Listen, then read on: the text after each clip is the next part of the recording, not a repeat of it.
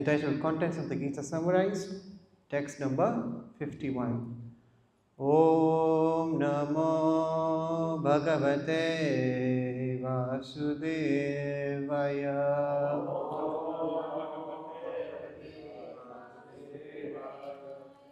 Om Namo Bhagavate Vasudevaya.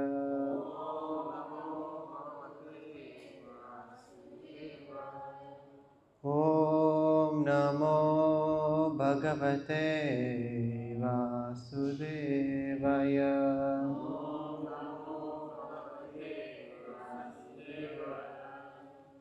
Okay, so chapter number 2, text number 51. Karmajam buddhi yuktaha hi phalam tvaktva manisinaha janma bandha vinirmuktaha padam gachanti anamayam karmajam buddhi yukta hi phalam tvaktva manisinaha janma bandha vinirmukta padam gachanti anamayam karmajam buddhi yukta hi phalam tvaktva manisina janma bandha vinirmukta padam gachanti anamayam karmajam buddhi yukta hi phalam tvaktva manisina janma bandha vinirmukta padam gachanti anamayam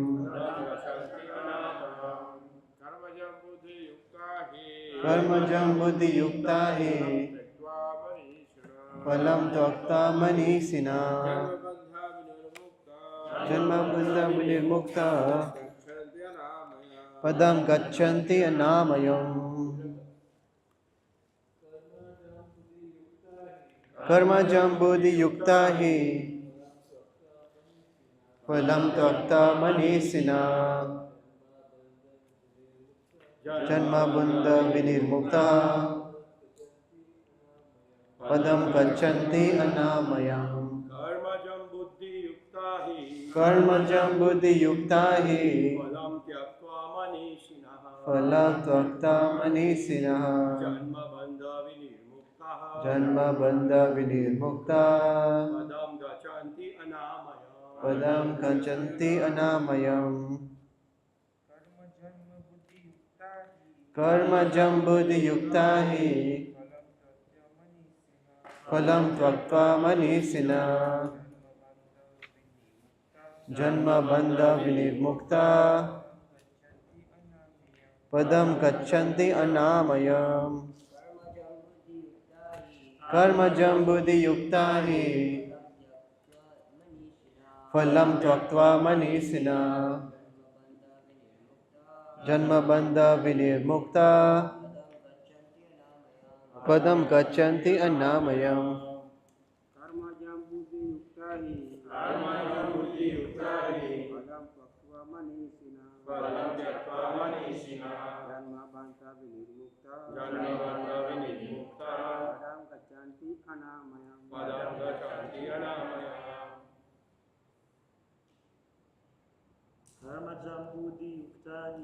karmajam buddhi yukta hi phalam tvaktva manisina janma bandha vinirmukta padam gachanti anamayam karmajam buddhi yukta hi phalam tyaktva manisina janma bandha vinirmukta padam gachanti anamayam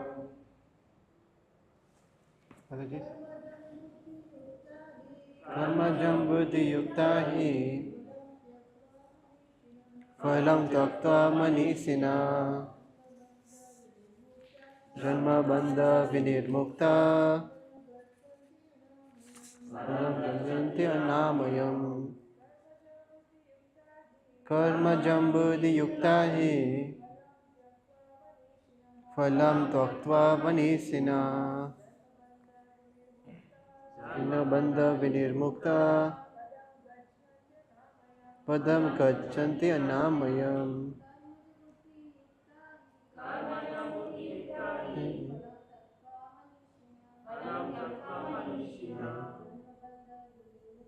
Janma bandha vinirmukta Padam gachanti anamayam Karma jambudhi yukta hi Phalam tvaktva manisina Janma bandha vinirmukta Padam gachanti anamayam. Word for translation: Karmajam, due to fruitive activities. Buddhi yuktaha, being engaged in devotional service. He, certainly. Phalam, results. Tattva, giving up. Manisinaha, great sages or devotees. Janma bandha, from the bondage of birth and death. Vinir muktaha, liberated. Padam, position. Kachanti, they reach.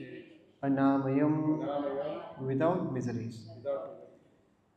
Translation and purport by His Divine Grace A.C. Bhaktivedanta Swami Prabhupada Srila Prabhupada ki.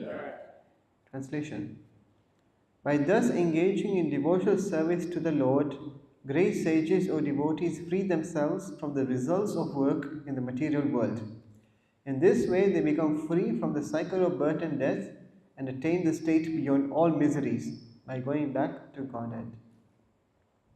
Please repeat after me. By thus engaging in devotional service to the Lord, great sages or devotees free themselves from the results of work in the material world. In this way, they become free from the cycle of birth and death and attain the state beyond all miseries by going back to Godhead. Purport: the liberated living entities belong to that place where there are no material miseries. The Bhagavatam in Canto 10, Chapter 14, verse number 58 says, Samashita ye pada pallava plavam mahat padam punya yaso murare bhavam bhutir vatsa padam param padam yat vipadam na tesham. For one who has accepted the boat of the lotus feet of the Lord, who is a shelter of the cosmic manifestation and is famous as Mukunda, or the giver of mukti, the ocean of the material world is like the water contained in a calf's footprint. Parampadam, or the place where there are no material miseries, or Vaikuntha, is his goal, not the place where there is danger in every step of life. Owing to ignorance, one does not know that this material world is a miserable place where there are dangers at every step. Out of ignorance only, less intelligent persons try to adjust to the situation by fruitive activities, thinking that the resultant actions will make them happy. They do not know that no kind of material body anywhere within the universe can give life without miseries. The miseries of life, namely birth, death, old age, and disease, are present everywhere within the material world. But one who understands his real constitutional position as the eternal servitor of the Lord and thus knows the position of the personality of Godhead engages himself in the transcendental loving service of the Lord. Consequently, he becomes qualified to enter into the Vaikuntha planets where there is neither material, miserable life nor the influence of time and death. To know one's constitutional position means to know also the sublime position of the Lord. One who wrongly thinks that the living entity's position and the Lord's position are on the same level is to be understood to be in darkness and therefore unable to engage himself in the devotional service of the Lord. He becomes a Lord himself and thus paves the way for the repetition of birth and death. But one who, understanding that his position is to serve, transfers himself to the service of the Lord, at once becomes eligible for Vaikuntha Loka. Service for the cause of the Lord is called Karma Yoga or Buddhi Yoga, or in plain words, devotional service to the Lord. Om Jnana Timirandasya Jnananjana Shalakaya Chakshur Unmilitam Yena Tasmai Shri Gurave Namaha Shri Chaitanya Manobishtam Stapitam Yena Bhutale Swayam Rupa Kadamayam Dadati Swapadantikam He Krishna Karuna Sindhu Dina Bandhu Jagatpate Gopesha Gopika Kanta Radha Kanta Namostute तप्त कांचन गौरांगी श्रीराधे वृंदावनेश्वरी वृषभानुसुते देवी प्रणमामि हरिप्रिये वंशकल्पतरुभ्यश्च कृपा सिन्धुभ्य एव च पतितानां पावनेभ्यो वैष्णवेभ्यो नमो नमः जय श्री कृष्ण चैतन्य प्रभु Nityanand Shri Advaita Gadadhar श्रीवासादि गौरभक्तवृंद Hare Krishna Krishna Krishna Hare Hare Hare Rama Rama Rama Hare Hare. Okay. So this verse is where Krishna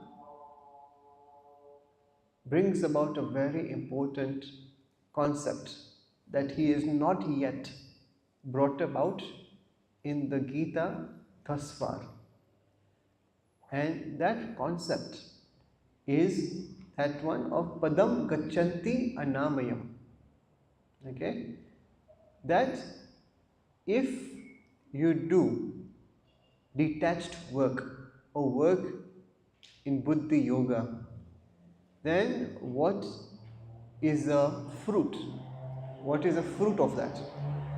The fruit of doing work, detached work,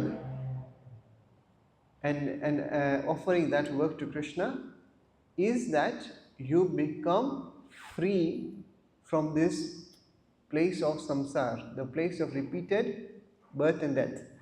You attain kachanti. You attain what? Anamayam. So mayam means maya, which means a place where there is miseries and anxieties. And anamayam means that place which has got no miseries and no anxieties. That's the word Vaikuntha. Kunta means anxieties and Vai means no. So Vaikuntha means that place where there is no miseries. There is no sort of anxieties. And so Prabhupada writes in this purport that less intelligent men, owing to ignorance, one does not know that this material world is a miserable place where there are dangers at every single step. There is constant anxiety in this world. At every moment, there is something known as a struggle for existence. We are always trying to live day by day, or if not day by day, if we are quite well settled, still there is that hanging thread that at one time everything is going to go. You're going to lose everything. So this is a constant anxiety that people have in this material world. And there are four types of miseries. These four types of miseries are true for every single entity. These are known the fundamental problems of material life. These are birth, death, old age and disease. It is even said here is Janma Bandha. Janma Bandha, we are bound by the misery of Janma. And with Janma, all the others are coming through. Because if when a child is born, You can't say he's born, because what is guaranteed now is that he's going to die. Whether now or whether in the future, now that child is now going to be going closer and closer to its own death. So as soon as a child is born, the one thing is sure, and that is death. And as the child grows, of course, that child will also experience old age and will also experience diseases. It is a given, it's a fact that this thing is going to happen. And all these four states are very, very miserable. We all have experience of how enjoyable being going to the hospital is it not? How many find it enjoyable to go to the hospital? No? No one likes to go to the hospital. Yeah? Or how many of you like to grow old? To a certain age, yeah, when you're a small kid, you want to grow old. You want to get to a adolescent age. But any time after that, you said, no, I want to return back to that stage of youth. No one wants to grow old, and no one definitely wants to die. We all want to be living forever. That is in our makeup, because that is who we are. We are eternal souls, and as eternal souls, we have certain characteristics, and those characteristics are known as Sat Chit Ananda. That we are always seeking pleasure. There is no one in this world who is not seeking pleasure. Everyone wants that pleasure to be of two types. It has to be enlivening, it has to be conscious, it has to be fulfilling, that is Chit, and it also has to be eternal. It has to keep on going, keep on going. That is Sat. So we want our existence to be always full of joy. But in this material world, we don't get that. What do we get? If we get happiness, it is of a fleeting nature. It is of a nature that keeps on coming and going, coming and going. So we are trying to hold on to those moments of happiness.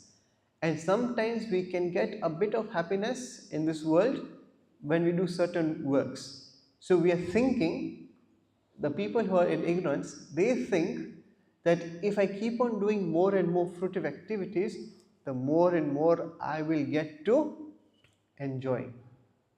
But ultimately, what comes at the end of the life to spoil the party? It's what? Death. Death comes and it spoils the party. So that's why Prabhupada writes here that the less intelligent persons try to adjust to the situation by fruitive activities, thinking that the resultant actions will make them happy. They do not know that no kind of material body anywhere within the universe can give life without miseries. So no matter whether you are here on this earthly planet, or you go up to the heavenly planets, or you go right up to Brahmalok, the highest planet in this universe, these four fundamental problems of life are going to follow you. Namely birth, death, old age, and disease. You are never going to be free of these. So what does an intelligent person do? So intelligent person will be like, okay, I don't want to experience these four things. I don't want to experience any miseries. I want to go to a place where these things don't exist. There was once a British author by the name of C.S. Lewis, and he wrote this very nice line. He says that if I find that there is nothing in this world that can satisfy me, I must conclude that I was made for another type of world. It's a very, very strong realization if you think about it, because he got this understanding that we always want to be free of miseries. And in his life, he saw, or he realized, that nothing that he ever did was ever giving him that deep satisfaction that he was craving. So what did he conclude? That means that there must be something out there that fulfills me, and I'm not yet found it yet. And this is what the Gita says, that no matter where you go in this material universe, you might do so many good activities and elevate yourself to the heavenly planets, yet you will not find complete happiness, you will not find complete satisfaction, because you are not meant to be here. You are not meant to be within the material atmosphere. You are meant to be where? Part of the spiritual world. Okay? And that is what Krishna is saying here. That if you want to get there, if you want to get to that place which is anamayam, which is free of miseries, then what do you need to do? How do you start to go there? What is the map? So the map is very simple. The map starts with doing detached work. When we already said this earlier in 2.47 in yesterday's lecture, that there are three types of activities, and those three types, they come in the fourth chapter, but I'm just bringing it back here. That there are three types: is karma, vikarma, and akarma. Akarma has got two sides. We're looking at the negative one right now. So karma means doing those activities that are prescribed in the Vedic literatures. Vikarma are doing those activities which are prohibited, which are not in line with the Vedic scriptures. And akarma is not doing any activities. Not doing any activities.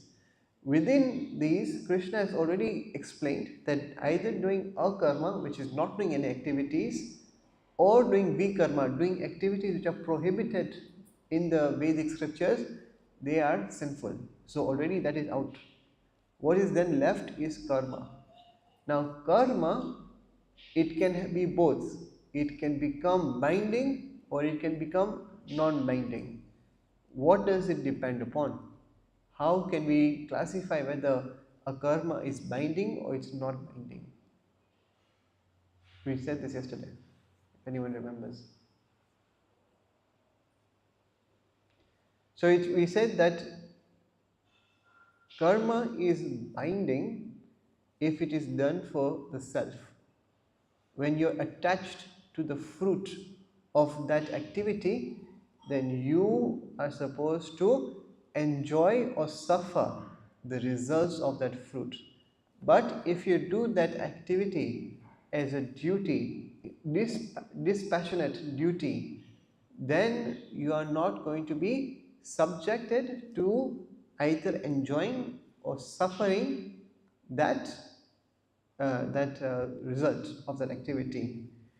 So the first step, and this is what we said yesterday, that the art of all work comes down to answering this question: whether am I doing any activities? Because activities have to be done. You need to do activities to maintain this body. The basic level you need to do is you have to maintain this body. Otherwise, how are you going to live? To maintain this body, you need to eat. To eat, you need to do certain work to be able to get food. So whatever you do, you cannot escape doing nothing. You have to do activities. Now the question is, how can I get detached from doing these activities? Being detached means doing it in a spiritual consciousness, not doing it in a material consciousness. So this is the crux of the issue, that you have to keep on discriminating, you have to use your buddhi, you have to use your intelligence to keep on becoming self-accountable. Am I doing this for my personal pleasure, or am I doing this as a duty in a very dispassionate way, and I'm offering the results to God? Or am I doing it in a spiritual consciousness?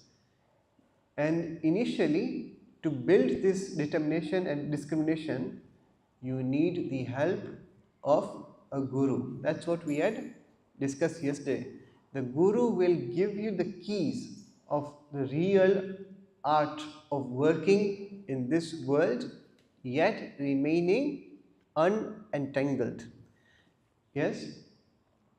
So this is a problem that we have in life. It's like, how many of you have seen quicksand? Have you seen quicksand? What happens in quicksand? If you are stuck in quicksand, what happens? The more you move, The more you move, more it sucks you down. the more it sucks you down. So this is what people who are ignorant, that's what they do. They find some happiness or some distress, and they think that the way to remove that is to keep on doing more material activities. But what is happening? To adjust their material situation by doing more material activities, what are they doing? More entangled. They're getting more and more entangled. So they are already like in quicksand, and they're trying to get out of it, but in their process of getting out, what is happening? They're getting more and more entangled into it. So the question then comes is, if you want to get out of quicksand, what do you have to do? How can you get out of quicksand? Call for help. Call for help, and what else? If you try to do it yourself, you sink down faster. So if you want to stop yourself from sinking down faster, what do you need to do? Stop moving. You need to stop moving. You need to stop doing material activities. So when a person comes to help you, who is that person called? It's called the Guru. And then when the Guru brings a rope and you hold on to the rope and you don't leave that rope, then what happens? Come on. You'll be able to come out from it. But if you leave the rope, pre, like prematurely, what happens? You come back down. You sink back down. You are not yet safe. So this analogy of quicksilver is a very interesting analogy to utilize to understand how it is we need to disentangle ourselves from this material atmosphere and try to get to that place, that abode which is free of miseries.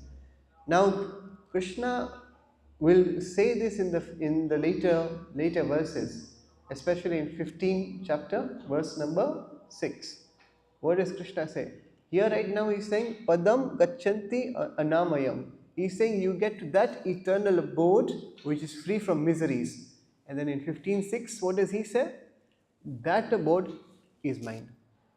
Tad Dhama Paramam Mama. That is what he says.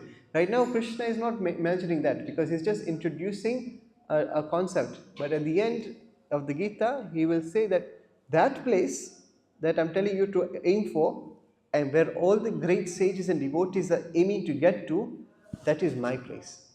That is my abode. So this knowledge will get revealed later on when Krishna reveals his divine nature. Okay? So Krishna is trying to tell Arjuna to rise above, because so far Krishna has told Arjuna that okay, first fight, but fight for gaining heavenly kingdom. Then he is contradicting himself and says that no, that is low quality stuff. Don't do that.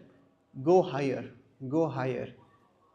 And here now is coming to the place where the highest thing to achieve, the ultimate goal to achieve, is that spiritual abode.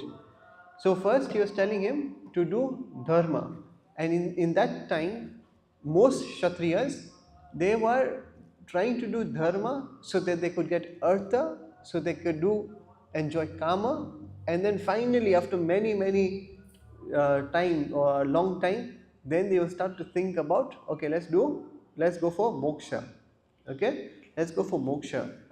But here Krishna is trying to elevate the discussion. Don't go down the path of dharma, artha, kama, moksha. Go for the direct path of parodharma.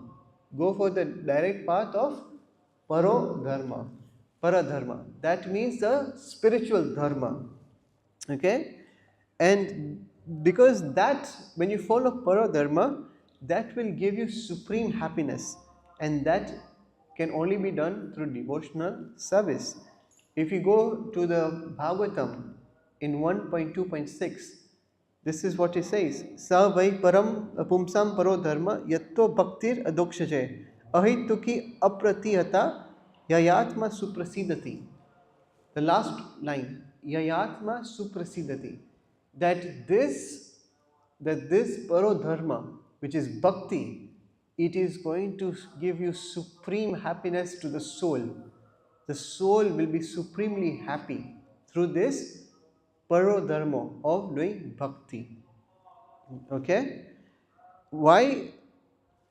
And when you do bhakti, what happens is, then the next slok is Vasudeve Bhagavati Bhakti Yoga Prayojitah Janayati Ashu Vairagyam Nanam Cha Yad Ahaitukam. That means when you engage yourself in bhakti yoga, out of causeless mercy, you will gain two things. You will gain detachment and knowledge. You will gain jnana and you will gain vairagyam. That comes as a byproduct of doing bhakti. So, Srila Vishwanath Chakravarti Thakur, in his purport to this shlok, he mentions that when you do detached work is the first stepping stone for you to be able to become a realized soul. Without doing detached work, you will never begin any sort of journey in spirituality. And if you do Bhakti Yoga, on the other hand, then this knowledge and this detachment, they come as a byproduct. You first start detaching yourself, just engage yourself in Bhakti Yoga, and as a result of doing Bhakti Yoga, you already get the fruits of Jnana and Vairagyam. Okay? And in 1.2.8, it says, Dharma Swanushitishta pumsam vishvakshena katashuya notpalyad yati ratim shrama evahi kevalam. And this is very important, that if a person does all his other dharmas, but they do not lead to doing what? To Vishvakeshana Kathashu ya. If they do not lead to one increasing their attraction to hear about the Supreme Lord, which is called Ratim. Nota Padyeta Yadi Ratim. If it does not lead to attraction for the Supreme Lord, then all the dharma is just shrama eva hi kevalam. It is just useless labor. It is useless labor. So all the dharma is actually meant to get you to the point of bhakti. Even if you look at the last sentence that Prabhupada writes to this purport, he says, service for the cause of the Lord is called karma yoga or buddhi yoga, or in plain words, devotional service to the Lord. So here we see how Prabhupada is basically saying that there are so many parts of yoga: karma yoga, jnana yoga, ashtanga yoga, and bhakti yoga. But ultimately, all is just bhakti yoga. These are just different checkpoints in your maturity of bhakti yoga. When you realize in bhakti yoga, then that is the highest. But all these karma yoga, jnana yoga, these are all yet on the path of bhakti yoga, but they are not yet perfected. When you perfect karma yoga, it's bhakti yoga. When you perfect jnana yoga, that is bhakti yoga. Okay? So actually there's only one yoga. There's only bhakti yoga. That is the highest. All these other paths are just at different levels on the same path. Okay? There's only one road. Like you would say, there's only one road from here to Nairobi. Yes? Now you could reach Voi, or you could reach Machakos, yes? Or you can reach wherever towards Nairobi. I've not been on the road, so I don't know much about the the places between here and Nairobi. I know these two. So these are like, Nairobi is like getting there. That's Bhakti Yoga. That's like the highest. You've got to the destination. But you could also be at Voi and say that I'm progressing towards Nairobi on the same road. It's the same road. It's getting there. It's only one place. It's leading to one place only. So when you perfect that journey through Karma Yoga, ultimately you'll get where? To Bhakti Yoga. Okay? So in this verse, Prabhupada also brings out a very interesting point, is that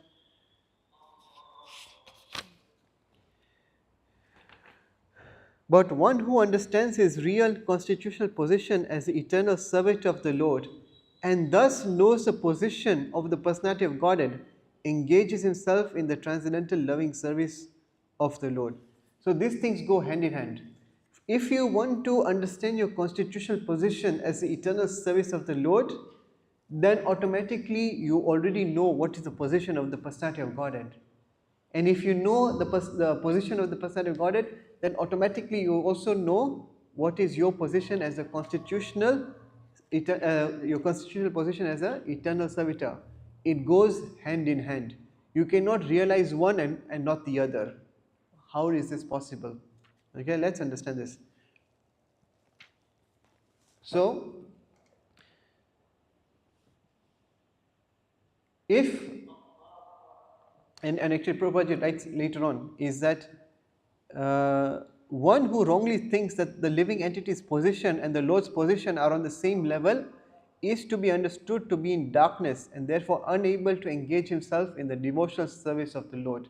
This is very clear. This is, Prabhupada is talking about the Mayavad conception. If you think that there is no difference between you and the Lord, how are you going to even accept a subordinate position? And if you accept a subordinate position, that automatically means that there is somebody who is superior. So this goes hand in hand. So how do we know that there is a subordinate position and then there is a supreme position? That has already been covered in the earlier verses of the Gita. In 217, in the Atma Gyan section, Krishna tells Arjuna that you are the soul. What is the proof that you are the soul? The proof of you being the soul is that there is a symptom of consciousness. If there is no consciousness, then that means that if there is a body here, and the body, the more you move it, it doesn't move, it just sits there, then you would you think it's a corpse. And so what differentiates a corpse with a living being? It's the quality, the symptom of consciousness. But this consciousness or our consciousness is of what quality? Can I be conscious of what's happening in your body? Can you be conscious of what's happening in my body? So individual consciousness is limited. It's limited towards the own body. It's certainly not spread out towards the entire cosmic manifestation. So just like we have consciousness, the supreme consciousness is also conscious, but there is a difference in quantity. We are limited while Krishna is unlimited, and that itself brings about the distinction of subordinate and supreme. Okay, and this always remains the case. This is a case that remains eternally. It doesn't ever come that an individual consciousness will ever become supreme consciousness. No, that doesn't happen, because Krishna has already said in 2.12 that there was never a time and neither of these kings, nor you, nor me myself, were ceased to exist, or are existing, or will cease to ever exist in the future. So he's already established the fact that individual consciousness is different from supreme consciousness. Okay? And so, when you get that understanding, then it's very easy to perform bhakti yoga. It's very easy then to perform. Otherwise, there's no understanding of the word bhakti. If there's people of two of the same nature, if there's no difference, how is there a relationship between the servant and the served? Where is that relationship? As I say in English, it takes two to tango. You need to have another being for you to have that aspect of relationship, that aspect of bhakti. You cannot have that if there is only one person. Yes? So, those people who actually think that we are one, what does Prabhupada say here? That he becomes Lord himself and thus paves the way for repeated repetition of birth and death, because he will not be able to understand the transcendental nature, and so he thinks himself of being the enjoyer. And this is what Prabhupada writes, that this is the last snare of Maya. The last snare of Maya is making one think that he is equal to God. Yes, it's a very subtle yet powerful weapon. So when Prabhupada writes this is the last snare of Maya. First of all, Maya is very powerful. Krishna himself says this, that this Maya, this external energy, this illusory energy of mind, it's very difficult to overcome. Now, if Krishna is saying it's difficult, it's very difficult. It's beyond our capacity to imagine the strength of Maya. But for somehow or the other, you can elevate yourself and get up and up and up. The last attack must be the most powerful attack that Maya must have in her armory to attack us. Otherwise, how is it possible? Normally, you save the best for the last. So Maya also saves a best weapon for the last. The people who are just about to say that, oh, let me get liberated, Maya comes and puts the last snare, and he says that, oh, there's nothing out there. It's just you yourself. You merge into the supreme, and you become God. That is the last snare. It's very difficult, and it's very easy to follow or fall down in this trap of Maya, because we are in this material world. We came here because we wanted to become enjoyers. So it is in our innate contaminated nature to want to become enjoyer. So this is what Maya holds on to. And this is the last thing. If you are able to cross this, okay, you are eligible to go to the Vaikuntha lokas. But if you are not able to come over this last snare of wanting to become God, to become the enjoyer, to become the controller, if you cannot, then you fall back down in this material world. And now you understand why Bhakti Yoga is so potent. Because Bhakti Yoga is attacking at the core of Maya's main weapon. What is Maya's weapon? Is making you think that you are the controller, you are the enjoyer. But in Bhakti Yoga, what is happening? What is happening in Bhakti Yoga? Krishna is the enjoyer. Krishna is the enjoyer, and Krishna is the controller. And you are always going to remain as a humble, eternal servant. So, right at that consciousness, it's attacking right at the deepest level. And so that is why Bhakti Yoga is so potent. It's so potent. And for you to be able to start this process of Bhakti Yoga, you need to start detaching yourself from this material conception that I am the controller, I am the enjoyer. And for you to start doing this, you need the help of Guru, as we said in the previous shloka. And in this shloka, Krishna emphasizes that those people who are doing that work with expertise, which is that work? Bhakti. Doing bhakti with expertise, they are the ones who are able to free themselves from the results of all work in the material world. And sooner or later, they get free from the cycle of birth and death, and they are the ones who attain the state beyond all miseries. So, what is Krishna trying to tell Arjuna here? Krishna is trying to tell to Arjuna that you strive to do bhakti. You try to do bhakti. Offer yourself to me. He is not yet revealed that he is the supreme. Krishna has not yet revealed that, but he is giving some sort of bits and pieces here, saying that you just become an instrument for my pleasure, and in doing that, you will do work which is detached, and it will not be cause of your bondage, and then you will be able to attain the spiritual world. Okay, so how can we do this?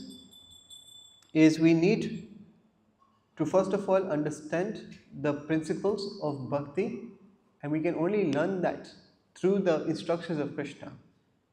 Yes, and if you cannot understand it directly from the book, you need to get a guru, and you need to understand this Gita under instruction. Not, you can read the Gita as it is, but have you understood the Gita as it is? For you to understand the Gita as it is, you must learn it from a person who is actually read and understood and applied the Gita as it is in their own life. Okay?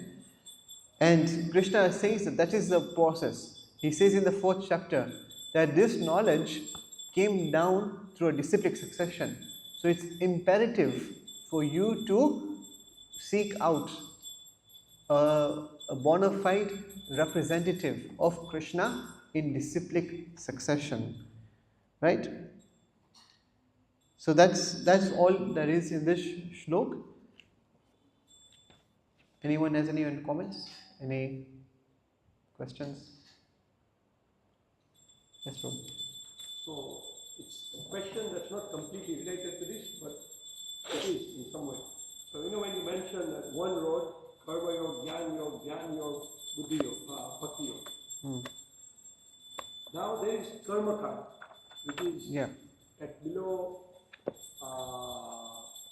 karma yoga, okay? The rituals.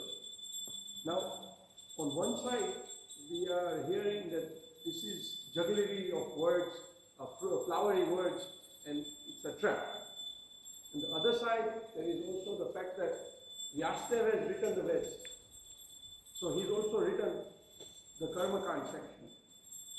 So if it was such a trap, then why was it written in the first place? I mean, why was it introduced? Because, as we go ahead, we can also hear that it's a trap. So why put somebody in a trap?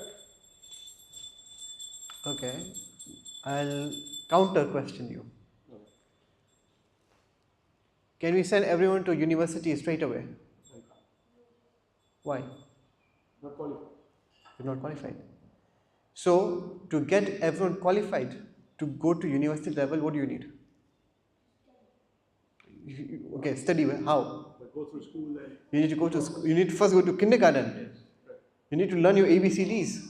You need to know your 1, 2, 3s before you can even think about going to the university. Now, is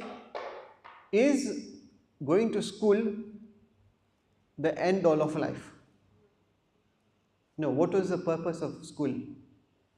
To go further to university. But now, if a person enjoys going to school only and decides that I just want to stay for the rest of my life in a school environment, now whose fault is it? The first. Whose fault is it? So Vyasadev is not trying to catch people out. Okay, the Vedas are so inclusive because the Vedas are unlike the Abrahamic religions. They are not a one size fit all because the Vedic understanding, they know that no two people are the same. It recognizes the fact that we are living amongst complex people in a complex world. So there needs to be a complex religious system so that it can cater for people at all levels of consciousness. Yes? So when Vyasadev has written the Vedas, and over 90% of the Vedas are karma kand. The reason why it's 90% is because 90% of the people in this material world are not at all interested in learning about the supreme absolute truth or understanding the final conclusions of the Vedas.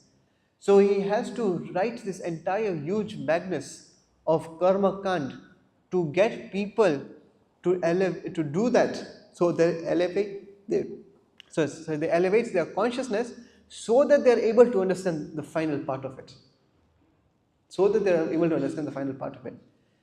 So again, in the youth classes, I made that comment that if you have two sons, one son is a 90% student, gets 90% in every grade or 100% in every exam, and you have another son who is only barely passing, and in one exam, they both get 60%. Will your reaction to both of them be the same? No. Why? The higher performer. One was a higher performer and the other one was a lower performer. So a person who is a lower performer, who is getting 40%, that person gets 60%, you'll praise him. But the person who is 90%, he comes with 60%, you will admonish him. Wouldn't you? So from here it is shabash, this side badmash, right? So this is the point that Vyasadev is trying to elevate the people, the majority of the people who are in the 40%, slowly come up. But the people who are already up here, if you go down there, you're stupid. in crude language. Like, why are you taking reverse gear? Why are you going reverse gear? So that is the point. That is the point that the flowery languages of the Vedas are only seemed flowery to people who are already at the higher level. But for the rest of the people, that flowery language is needed for them to elevate their consciousness before they can understand the real deal, the real essence. Because again, in the Gita, Krishna says, I am the compiler and indeed I am the knower and I am to be known as the end of all Vedas. That is the conclusion. So if a person who doesn't understand that Krishna is the supreme personality of Godhead, for that person to gradually understand that fact, he needs to go through this long unwinding process. Very long process. We don't know how long it takes. Even Krishna says in the 7th chapter, Bahunam ante janman. So like at the end of so much lifetimes, one will come to the stage of surrendering unto him. Yes? But this is also how powerful Bhakti Yoga is, and more powerful is the devotees. If you get the association of devotees, you automatically get to understand what is the final end goal of the Vedas. So it just speeds up your entire progress. It's like a lift or a staircase. Yeah, so it's like that. So the Vedas are important because it is meant to elevate everyone, all types of living entities in this world, from the most lowest of consciousness to the highest of consciousness. So there needs to be a pathway. There needs to be a pathway, and the Vedas provide that. because they understand, the Vedas understand. That's why it's most inclusive, and that is also why it's most misunderstood, because people like to think in terms of black and white, but the world is never black and white. The world is so many shades of gray, and so you need to have a system that is so dynamic that it caters for everyone. It caters for everyone. But now people misunderstand because they don't understand. They take one part of the Vedas to be the final. They don't see the entirety of the Vedas. They don't understand the full picture. And so what they do is they say that, oh, this part is the highest. No, that part is the highest. No, this part is the highest. But that is not the case. Yeah. Hopefully that answers your question. It's very simple. This Vedas bring the person who is on the level of animal consciousness. So most of the people in the world are animal consciousness. What is animal consciousness? To enjoy the result of there is no need. Enjoy the fruit of his work. This is the consciousness of the people. In the even the animals, they want to enjoy.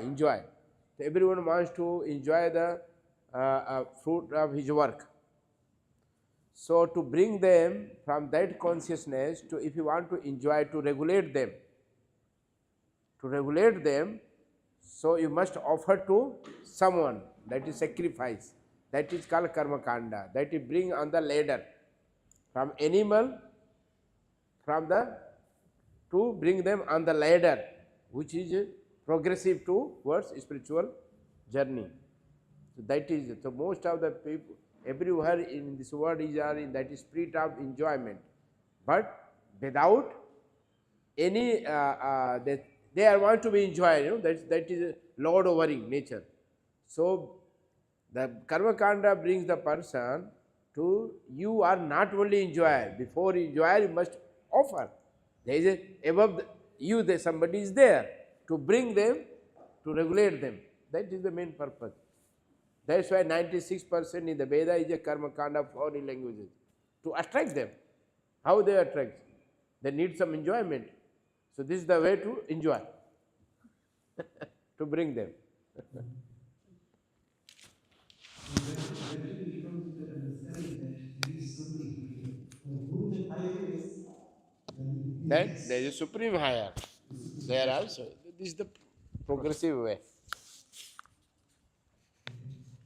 Hare Krishna, Krishna Krishna, Hare Hare, Hare Hare Rama. Rama,